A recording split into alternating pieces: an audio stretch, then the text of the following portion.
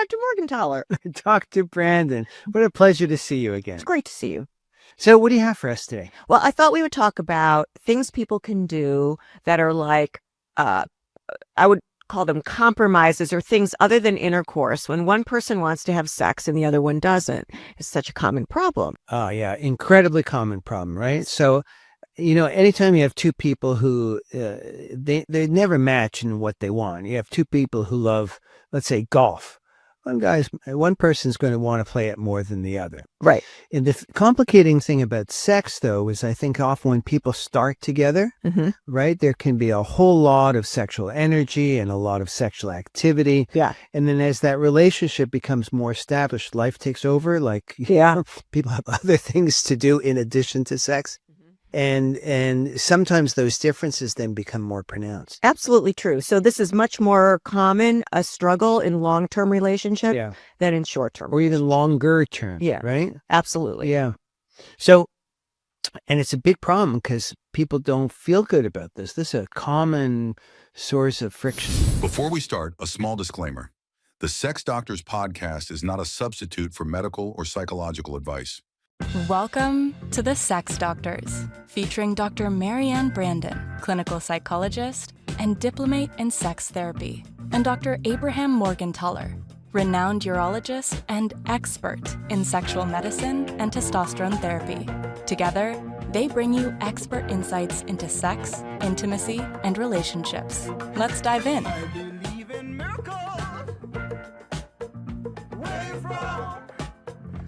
So really good point, because it is so common, but at the same time, it can be really destructive for a relationship because the emotions that are associated with these challenges are pretty intense. So like a higher desire partner can feel rejected, unloved. They feel like the lower desire partner is having an affair.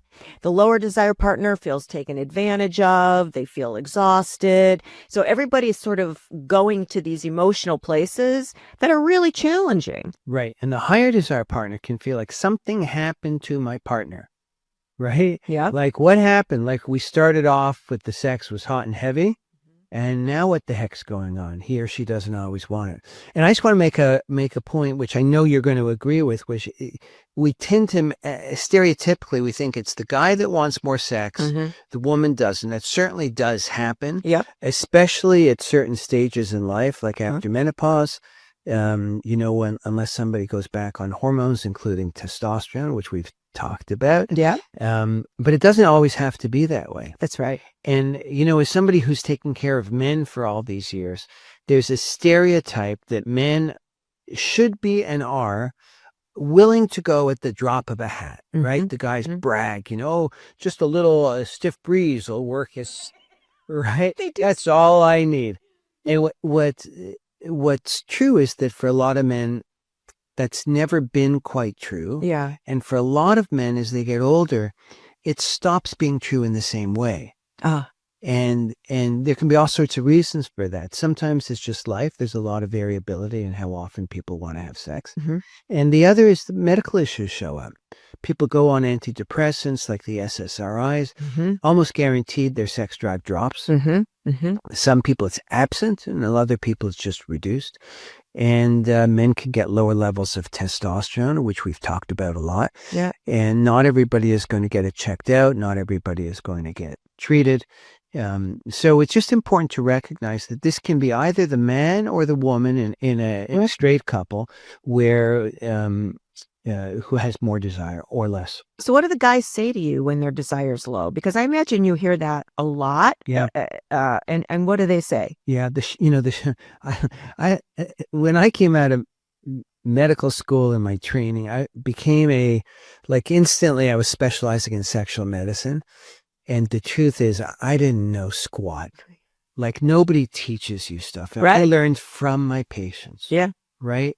And so one thing that really surprised me early on, but is a consistent pattern, is that the guys who are in a loving relationship, where sex has been a part of that relationship, they feel like they're letting down their partner. They're not, people have used the term, I'm not holding up my part of the bargain. Yeah. And then what's challenging for guys is that something needs to happen for them to have sex, although you and I are going to talk about alternatives. But namely, for standard intercourse to take place, they need a hard penis. Yes. And you can't just will that. No. Right? Like there actually has to be desire for that to happen. Right. Yeah. So if you're on medications or low testosterone, or you're just stressed as all get out, it may not happen. And then how do you, that's why I'm glad we're doing this episode. How do you manage that? Right. And you know what? There are so many options for managing it. It's just that people tend not to think creatively about these issues. And rather than look for solutions, what happens, I find, is people get like entrenched in their, I have a low desire and I feel rejected, or I have or I'm sorry, I said that wrong. I have a high desire and I feel rejected, or I have a low desire, I'm feeling taken advantage of stance, instead of like working creatively to find ways to create positive experience together. Yeah. Which is very possible. This isn't just a spin. This isn't just sound good. Yeah. It's just that I think that the sooner couples start to identify what I call these compromises, the better, because then they don't really give themselves a chance to get entrenched in these places, and their sort of couple identity becomes kind of like Exactly right. Right. Yeah. So like things that I tell people, it's less about what you're doing and more about the energy you bring. Love that. Yeah. And the emotion you bring. Right. It's really a lot more about that. Yeah. Yeah. For a couple. Yeah. 'Cause sex is, well, it shouldn't be, but it is heavy. Uh-huh. Right? There's a lot that goes into it. So if a partner, let's just say, for example, the guy wants to have sex and his wife, like he tries to do something, warm her up or get her in the mood. And she goes, no, it's not happening tonight. Mm-hmm. And it all depends how she says it. Uh-huh. That makes the difference for him. Mm-hmm. Right? Like, and there's, because when the guy feels rejected, it's not like, hey, do you want to Or her. Like, or her. say, yeah. It's not like, hey, do you want to go out to eat tonight? Right. And they say, no, I'd rather stay in. Yeah. I had a late lunch. Yeah. This is it's a different quality thing, because people see their sexual desires almost like a physical need and almost part of the essence of who they are. Yeah. Right? Part of their identity in a very core way, because it's a very vulnerable part of ourselves. So if that vulnerable core feels rejected, that's very powerful. Right. Yeah. So if you reject my sexuality, you're rejecting me. Yeah. Yeah. Yeah. And it creates shame. Really, Absolutely. we could call them toxic emotions. That's right. Well, Yeah, you think big deal. well, you think I'm dirty in some ways because I want to do this? Right. Yeah. Yeah. You think I'm sex obsessed? Yeah. Right? Because some of that stuff does come up because there's so much friction Absolutely. around this. Absolutely. Now, there are very few couples like you and me who are so highly evolved, Not yet. right, that we recognize this stuff and we can talk through almost anything, right? Mm-hmm. But for most people don't really communicate that well around sex. It's too loaded. It's too loaded. They don't realize that their issues are so common. Like everybody else is dealing with it too. Right. Like, so it gains the level of importance that like, or intensity that really doesn't even need to be there. This is just figuring life out together. I'm glad you say that, because I think that's an important, maybe if nothing else, the most important thing that comes out of this is for people who are listening, a lot of them have this experience. Oh, yeah. Because it's almost universal, right? Oh, yeah. Eventually this will happen Right. to people, right? Exactly. Even if it's temporary because of some situation, or it's like a longer term thing. Yeah.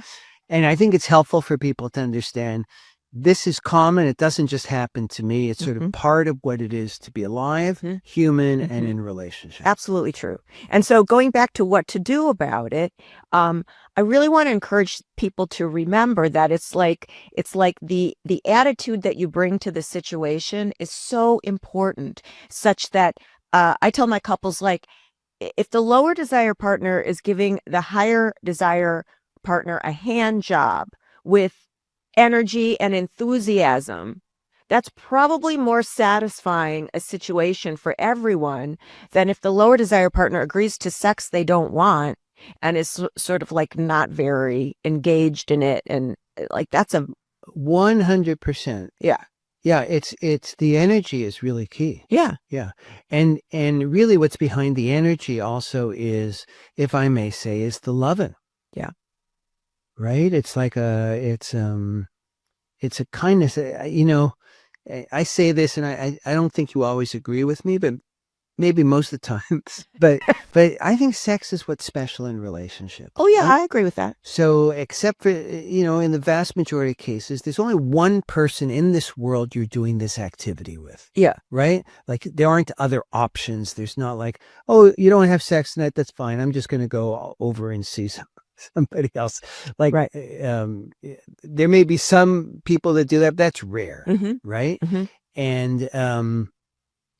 And so if we have what might be called almost a sacred activity between two people in a committed relationship, Mm-hmm. And one person says no, and there's no effort to try and make it okay, then the other person, the higher desire partner, is stuck, Mm-hmm. right? They're in a bind. What are they Mhm. going to do? But the goal here, I always say at least, is that everybody has to feel like they're compromising for it to be probably the sort of the right recipe.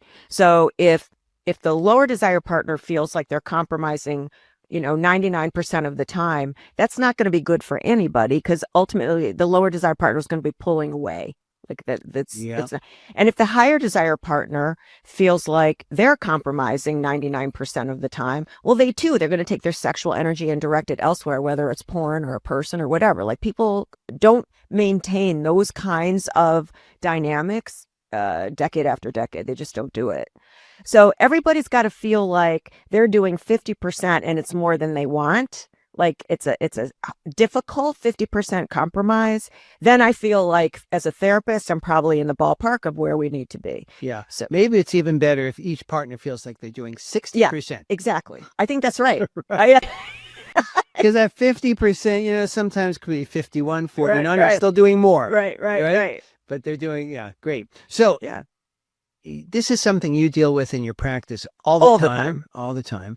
And so let's talk about how to handle it. Okay. So what people are probably wanting to think through and discuss with their partner, and I would say they should watch this video together if they feel like, this gives them a starting point to have the conversation. But you want to figure out, for the higher desire partner or the person that wants to have sex at any particular time, like, what are some things they can do on their own so that they can take care of some of their energy, their sexual energy, by themselves. And there's a lot today that's available to people, whether it be, masturbate with porn or VR porn. And then there's a whole other level of stuff that not everybody agrees is appropriate, but some people find it helpful, like, going to OnlyFans or one of those kinds of websites and watching people masturbate, or, there's also a ton of sex toys out there that aren't like the old-fashioned kind of sex toys. Sex toys today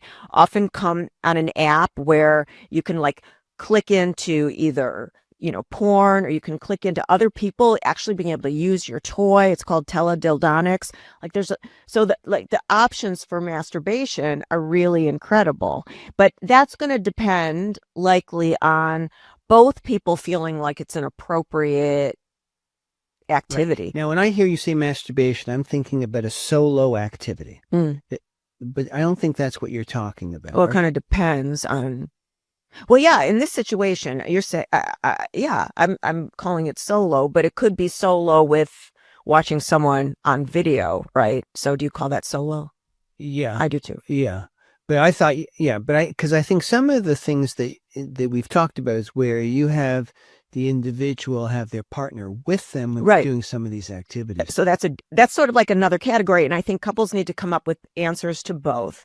So what's okay to do alone, and what are options to do together instead of intercourse? But before we get to that, I think what most people would want, most higher desiring partners, they would want their lower desiring partners to engage in sex with them more frequently. Yeah. Well, what about that? Well, I mean, I would say to you, it really depends couple per couple on why that's not happening and what the goals would be. So usually by the time a couple shows up in my office, we're looking at sort of an agreement of maybe weekly or twice weekly sex, but very rarely more than that in a long-term relationship. Usually both people aren't up for that level of sex. All right. That's important. Everybody likes numbers. Yeah. Once or twice a week. Yeah. Depends on the people. Depends on the people. Yeah. That's okay. That's enough. That's from where I'm sitting and the research I read, I consider that a successful therapy if I get couples to agree on one of those two. Sex once or twice a week. Yeah. Yeah. And what about scheduling sex? Oh, well, so, I think that's very helpful for Date people. night. Yeah. Hey, honey, it's date night. Yeah, that's super helpful because then the lower desire partner it knows when to kind of like get their energy focused and get themselves in the mood. So often I hear from women that sex requires energy. From men, I hear sex gives them energy. Oh, yeah. It's really interesting. Yeah. So I have heard men say sex requires energy, but nowhere near the number of men say that as women say that. And so whoever's got that challenge of lower desire, scheduling sex gives them an opportunity to gather the energy they need to have an experience that feels good to them. Yeah. So maybe for some couples, maybe that's all they need. Yeah. Scheduling. Right? Yeah. That's A possible. commitment to sex once a week, let's say. Yeah. Saturday night, date night. Mm-hmm. Could be any night of the week. Right. It doesn't even have to be night, does it? No. And maybe that's okay for some people. Yeah. But I think that even that, I think still it's important to come up with these compromises together. I think that. And compromises, you mean, because everybody's compromising, but it's really just options, isn't it? Yeah. It's just alternatives to straight intercourse. Yeah. So I will say, for example, can one of you rub? 'Cause most of the guys that I saw and see as patients, like if they were to receive oral sex or hand stimulation, they wouldn't consider that a compromise. They say that's a win. That's a win. That's really true. Right? Right. They don't feel like they're compromising. That's pretty good. Okay, we'll go that way. Right. But compromises could be like rubbing the higher desire partner, rubbing their genitals against the lower desire partner. Yeah. If the lower desire partner is engaged in, rubbing their partner's body or whatever else, talking or whatever. Right.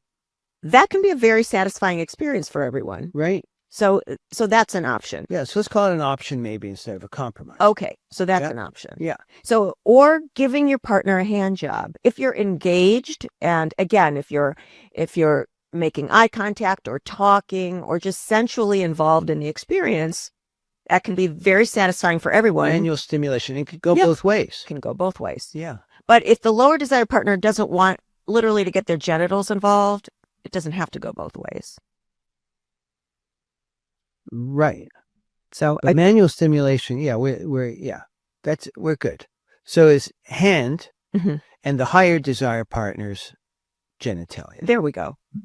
Just to make it perfectly crystal clear. For Exactly. Okay. Or another one is, can they watch porn together? Right. And the higher desire partner masturbate while watching? Is that okay? Or can the higher desire partner just masturbate while the lower desire partner holds them, even like from behind? Like it doesn't have to be like genitals don't have to have contact, or hands and genitals don't even have to have contact, but bodies have to have contact. Yeah. So if the lower desire partner just holds the higher desire partner and they masturbate, if they bring the right kind of like mood to it, that can be a very enjoyable experience for everybody. Right, because what it does is becomes a shared experience. Yeah. Even if both sets of genitalia are not directly. Exactly. It's a shared experience. And the thing that's beautiful about that really is that it solves the problem of the higher desire partner feeling alone. Right. Or rejected. Alone or rejected. Yeah. Yeah. So this is still something that they're doing together. It's an activity together. Right. And there's a blessing that goes along with it. Yep. I'm convinced that there are a lot of people who, male and female, who still feel like there's something dirty about their sexual desires, right? Like we give it a blessing when we say we can do it within a marriage or a relationship. We say it's okay, you do it with this one person. But there's still something that, it taps into our deep brain, right? And the power of it sometimes intrudes on regular thoughts, right? So you'll hear things about, guys will joke, but there's truth to some of the jokiness, which is I've got to get the toxins out, right? I got to get the poison out, as if there's this thing that's polluting their minds, like they can't get off it. I've never heard a woman say, I have to get the toxins out. And I don't think a guy's ever said that to me in a therapy room. Well, people or do, ever, I should say. And it's usually in jest, but there's this sense that I'm going crazy until this thing gets released. Is this what they say on the golf course? Or more it can happen at the golf course, yeah. But it certainly happens in the exam room when the guys talk about wanting to be able to have a certain frequency of sexual activity, and they're not getting it with their partner. So, the joke is we got to get the pipes cleaned or something like that. Yeah. But there's this sense of it needs to happen or else there's a problem. And so the idea of partner being with the person and in essence blessing this part of them that otherwise would feel dirty is very powerful in a positive way. It does make me wonder, do younger generations of people feel that? And perhaps they absolutely do. But did you hear that from all age groups, like this toxin thing? My experience with sort of the younger generation is that, it's funny. On the one hand, they're so much more knowledgeable about sex. Yeah. They use terminology that 20 years earlier you wouldn't hear in the doctor's office. They know the names of everything. They've seen things through, the wide availability of porn that nobody knew. I mean, I grew up in a generation where like a neighbor's porn Playboy stash from their father, like that was a major discovery. Right. And everybody would go over and take a look. But what did we really know? Yeah. Right. So now everything is explicit. So there's nothing people don't know. So the younger folks, what my experience is, they have all the right words. They can describe emotions very well. Yeah. But there's also a way in which they're not as connected to some of the feelings. Now that's just my impression, but that's my sense. Yeah. So does that mean, do you think they're less apt to say something about sex being dirty? Because it's just... Yeah, I think so. Because I don't hear that from younger people. Yeah, I think that's at right. all. Yeah, I think that's right. But they're young enough, most of them, so they haven't been in a long-term relationship. Yeah. Right? Right. Where some of these issues may come out. Yeah. And where they're feeling like, no. Yeah. Because the other thing that's confusing, and I'd like you to comment, is that even if, so let's say you have a couple, there's a big discrepancy, right, in desire. Maybe they're even having sex agreed to, once a week. But let's say one partner wants it more frequently. And so the answer for them may be, and the other partner is happy to do something once a week, but that's it. And then the higher desire partner says, okay, well, then I've got to take care of myself.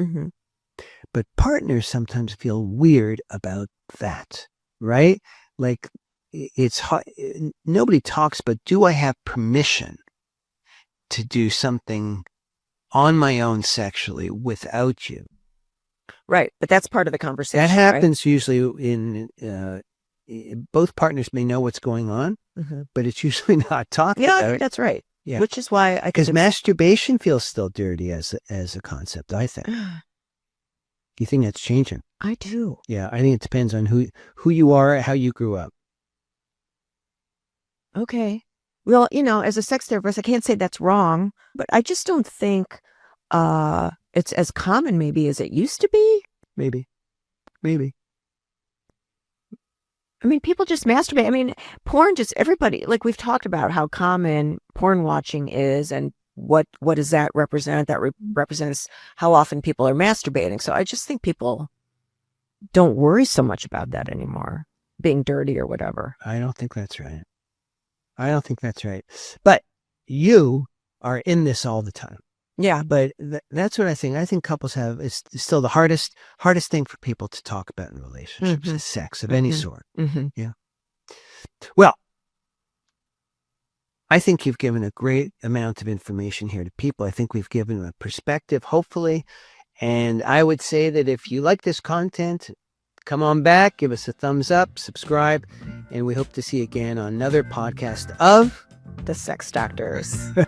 Bye now. Thank you for listening to The Sex Doctors with Dr. Marianne Brandon and Dr. Abraham Morgentaler. Be sure to subscribe, leave a review, and tune in next time for more expert advice on sexual health and relationships. I believe in miracles. Where you from? You sexy thing, you.